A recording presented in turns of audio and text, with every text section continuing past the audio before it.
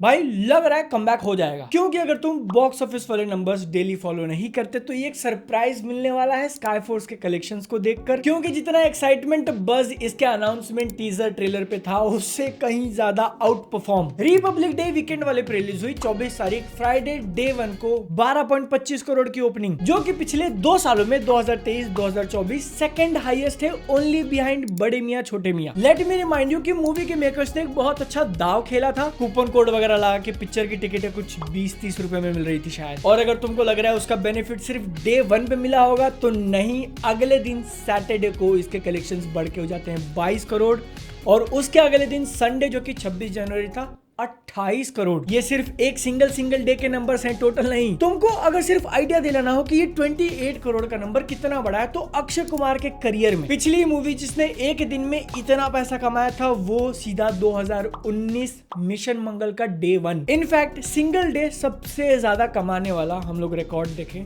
For Akshay Kumar. मेरे पास पूरी list तो नहीं है but it is very safe to assume कि ये 28 करोड़ टॉप 5 में आ जाएगा इजीली। सोच के देखो कि रोबो 2.0 जो कि इतनी मैसिव मूवी थी उसका भी सिर्फ हिंदी कलेक्शन एक बार ही 28 के ऊपर गया था, 34 which was also a Sunday, जिसके कारण स्काई फोर्स का ओपनिंग वीकेंड 62 करोड़ प्लस हो जाता है। और ये नंबर अक्षय कुमार के लिए एक्चुअली बहुत रिफ्रेशिंग है क्योंकि उनकी पिछली कई मूवीज टोटल लाइफ टाइम में इतना नहीं कर पा रही थी। लेकिन फिर मंडे को 75% का ड्रॉप देखने मिलता है और कलेक्शन गिर के सीधा 7 करोड़ एंड वहां से सिंगल डिजिट में ही कमाते कमाते पहला वीक टोटल 7 डेज का 86। ये सेकंड सैटरडे संडे जो गया उसमें थोड़ा तो अपटिक देखने मिला but it was still not much, 5.7, जिसके कारण पहले 10 दिन का टोटल स्काई फोर्स का बन जाता है 100 करोड़ इंडिया नेट। सेलिब्रेट करने वाली बात डेफिनेटली है अक्षय कुमार के फैंस के लिए क्योंकि 2023-2024 में जो टोटल 6 मूवीज उन्होंने रिलीज करी थी उसके अगर हम लोग लाइफ टाइम कलेक्शन देखने जाएं, सेल्फी 24 करोड़, मिशन रानीगंज 34, बड़े मियां छोटे मियां 64, सरफिरा 24, खेल खेल में 36, ये उनके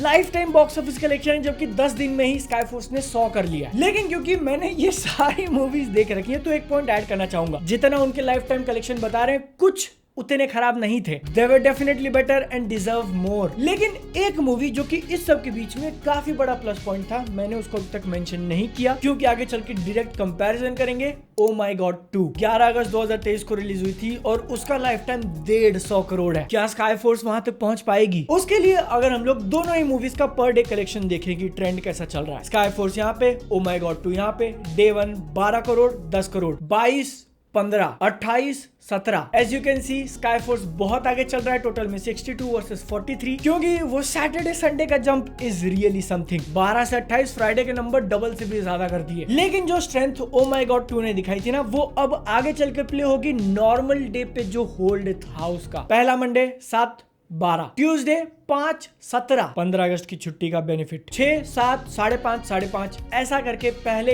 एक हफ्ते का टोटल होता है 86, 85। पहले 3 दिन के कारण जो ऑलमोस्ट 20 करोड़ का गैप था वो कम होकर अब 1 करोड़ का रह गया। और यही सेम ट्रेंड हम लोग आगे भी देखते हैं सेकंड सैटरडे संडे, जहां पर स्काई फोर्स का 5, 5.5 था, वही ओ माय गॉड 2 का 10 और 12। इसका मतलब 10 डे टोटल में 100, 113 ओ माय गॉड 2 आगे निकल चुकी है। डेफिनेटली होल्ड के मामले में स्काई फोर्स उसके आसपास भी नहीं है, मतलब कि 150 करोड़ लाइफ टाइम नहीं जाने वाली। डिपेंड करेगा कि अपने सेकंड वीक में कैसा चलेगी, बट फिर भी मान के चलो उसका लाइफ टाइम 115 से 125, थोड़ा ऊपर नीचे डिपेंडिंग कि 7 तारीख को कैसा महायुद्ध आता है। You know what I am talking about, प्यारा रवि कुमार। लेकिन शिट यार, वीर पहाड़िया बस थोड़े से रह गए अपनी पहली पिक्चर से ऋतिक रोशन की फाइटर को बीट करते हुए। क्या पता एक हफ्ता पीआर और चल जाता तो लेकिन ये बॉक्स ऑफिस रिपोर्ट यही खत्म नहीं होता। कुछ नोटेबल मूवीज के ऊपर मैंने बनाए नहीं तो उनको भी जोड़ देते हैं। मार्को मलयालम मूवी दिसंबर के एंड में रिलीज हुई थी, हमने तो नाम भी नहीं सुना था उसका, इसलिए डे 1 ऑल इंडिया 4.3 करोड़, जिसमें अगर तुमको सिर्फ हिंदी का कलेक्शन बताना हो तो ध्यान से सुनना,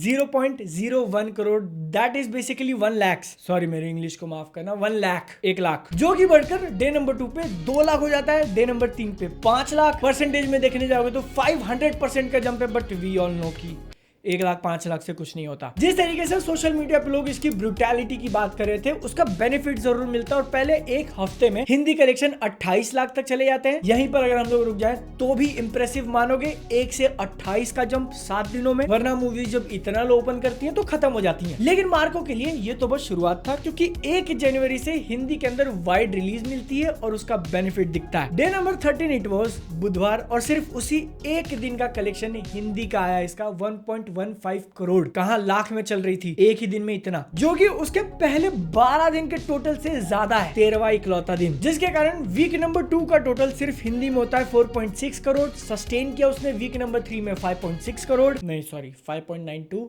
और आगे चल के 2 करोड़। एक महीने बाद सिर्फ हिंदी का टोटल 12.81 करोड़, जिसमें से जो 0.81 का 1 है वो पहले दिन आया था 1 लाख। रेशियो वाइज तुम परसेंटेज जंप अगर देखने जाओगे तो इतना अब्सर्ड नंबर अपने सामने आता है। I know it's impractical, impossible, लेकिन जितने परसेंटेज की जर्नी इसने 1 लाख से 12.8 करोड़ तक गई है, वही अगर कोई मूवी पहले दिन 100 करोड़ कमाए, मार्को वाला मल्टीप्लायर लगा दो तो उसका लाइफ टाइम कितना होना चाहिए। एक सेकंड में चेक कर लेता हूँ नंबर सही है कि नहीं। Unit 10,100,000 1,28,000 crore. That's the percentage, that's the ratio we are talking about. All India सारे लैंग्वेजेस का नेट टोटल उसका 60 करोड़ आता है, जिसमें से मलयालम हाईएस्ट है 41.5, फिर तेलुगु 4.8, फिर तमिल 1.4 और हिंदी 12.8। अगर वो लोग गलती से क्लाइमैक्स के ठीक थोड़ा पहले पिक्चर खत्म कर देते, जब सिलेंडर और पूरी फैमिली का सीन हुआ था, you know what I am talking about, कह देते कि इसके आगे का रिवेंज तुम देखना पार्ट 2 में, तो वो पार्ट 2 जो तहलका मचाती, बाप रे। लेकिन अब ऐसा नहीं हुआ, तो अब हम लोग आगे बढ़ते हैं, बात करते हैं latest release movie Shahid Kapoor की देवा। Day 1 5.6 crore, day 2 6.5,